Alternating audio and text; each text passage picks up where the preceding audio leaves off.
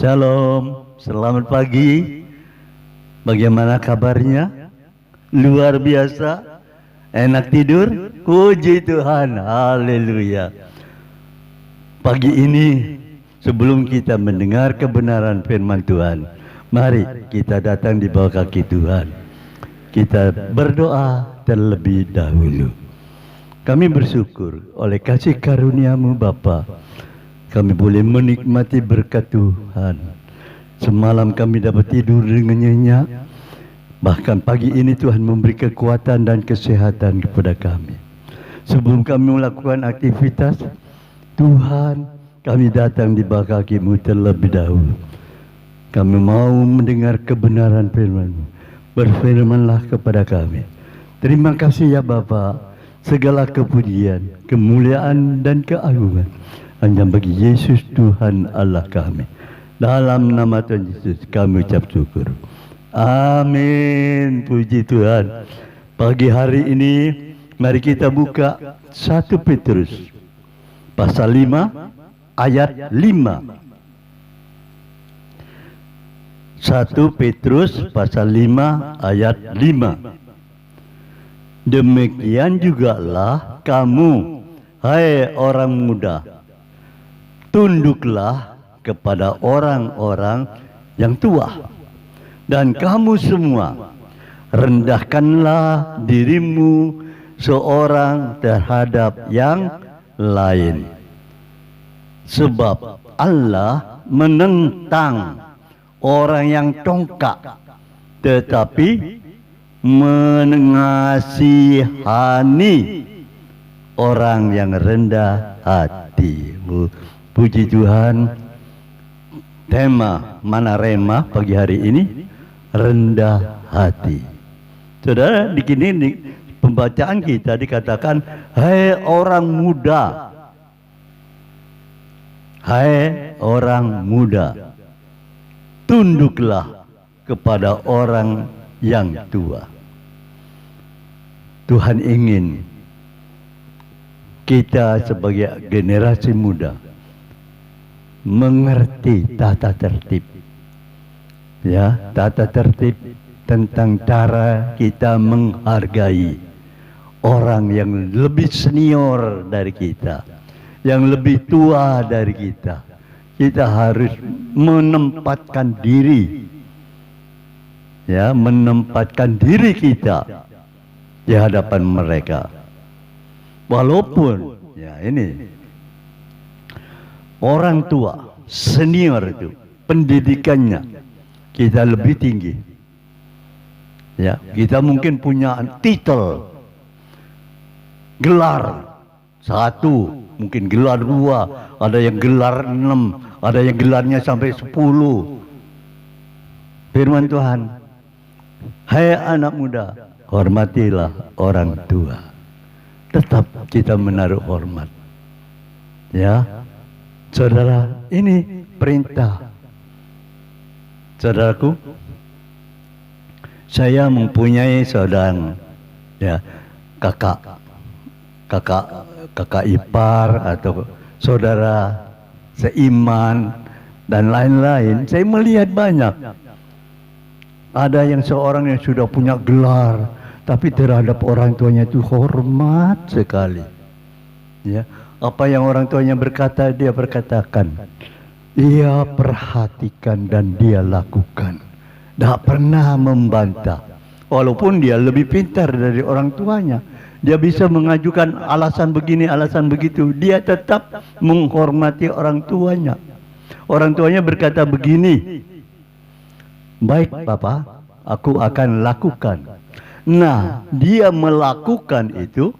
Mungkin bapaknya itu memberikan sarana atau saran-saran atau motivasi atau petunjuk-petunjuk sederhana. Harus begini, harus begini. Tapi kita yang sudah mempunyai pengalaman, yang mempunyai kepandaian, pengetahuan, bisa melakukan pencerahan untuk menyelesaikan itu lebih baik lagi. Sehingga pada waktu kita datang kepada orang tua kita memberitahukan, perintah, perintahnya sudah dilaksanakan menjadi sempurna. dan orang tua kita senang. Ini dia.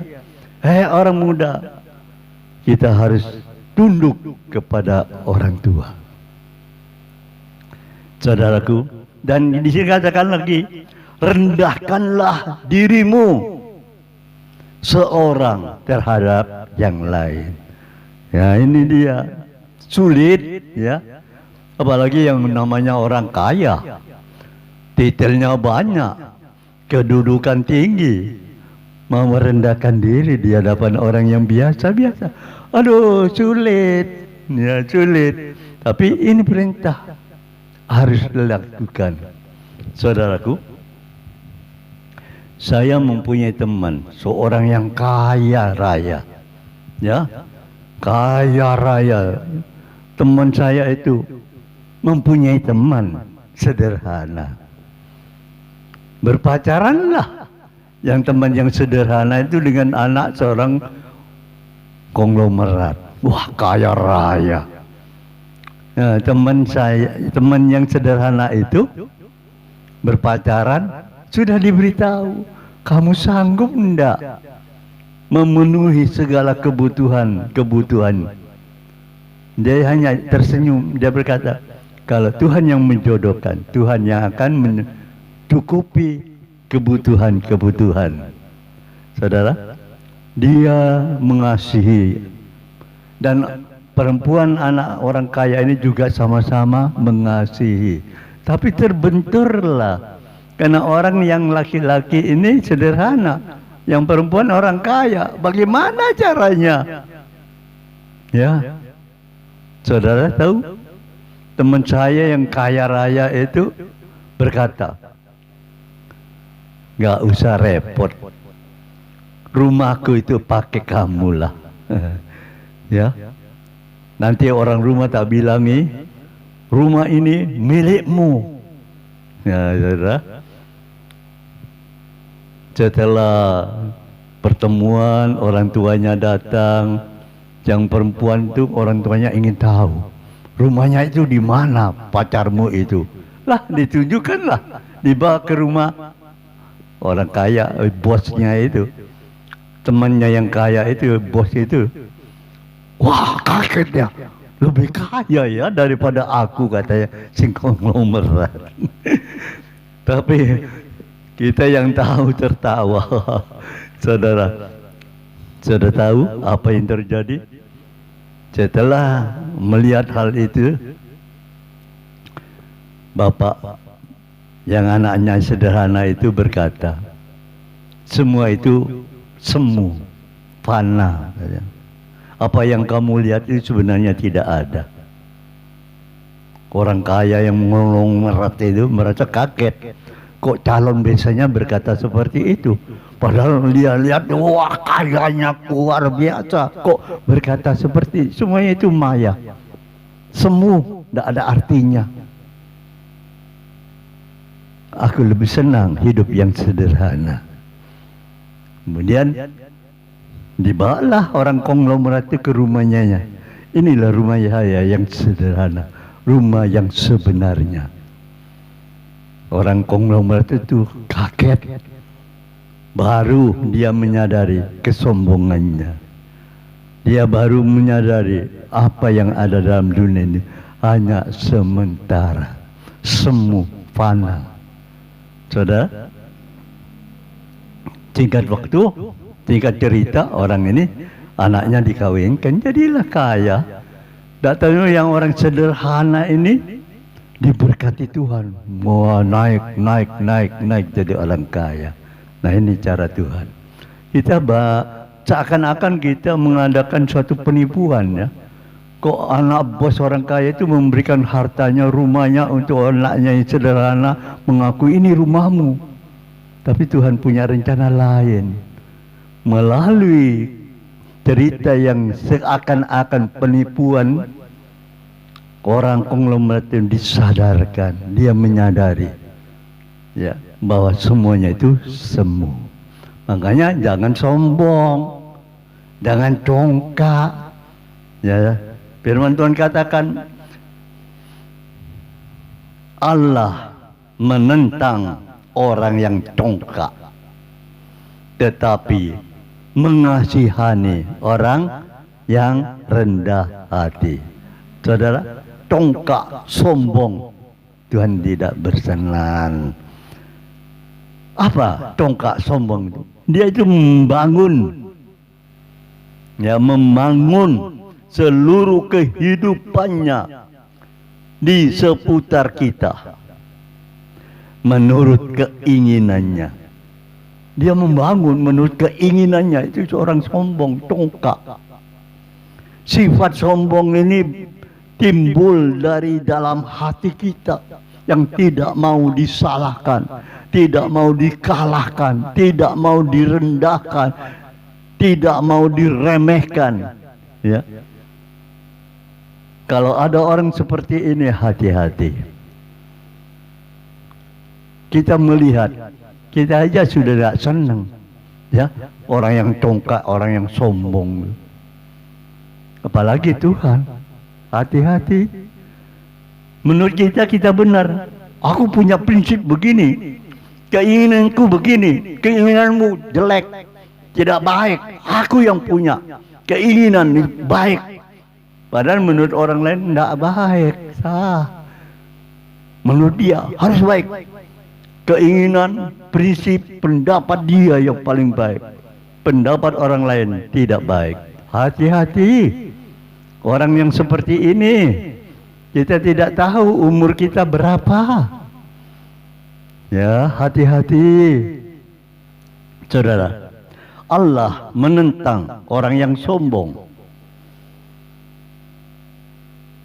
Tapi Allah ingin umatnya rendah hati. Kerendahan hati itulah yang dilihat, yang diingini, yang dikasihani oleh Allah. Kerendahan hati itu berbicara apa? Ketiadaan kesombongan.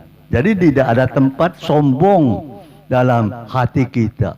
Yang ada itu kerendahan hati.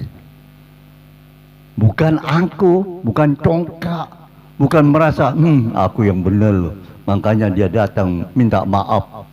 Hati-hati orang seperti ini. Saudaraku, banyak orang yang menyangka dirinya benar.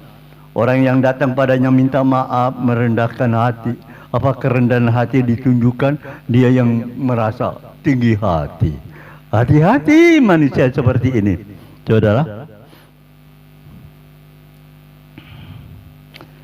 di dalam Daniel ada satu contoh, namanya Raja Nebukadnezar, ya.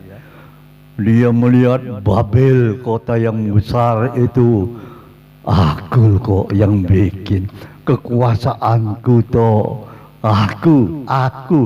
Belum selesai raja itu berbicara, suara dari langit berkata, apa yang terjadi? Saudara bisa baca di dalam Daniel pasal 4. Kehidupan Raja Nebukadnezar dikucilkan, ya, seperti lembu makan rumput di padang. Oh saudara, orang yang sombong seperti Raja Nebukadnezar direndahkan.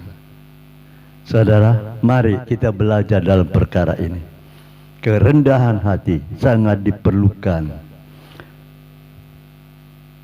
Kalau pada saat ini engkau merasa aku rendah hati, dan kau dihadapkan, kalau usulmu, pendapatmu tidak diterima oleh orang lain, adakah engkau berkata haleluya?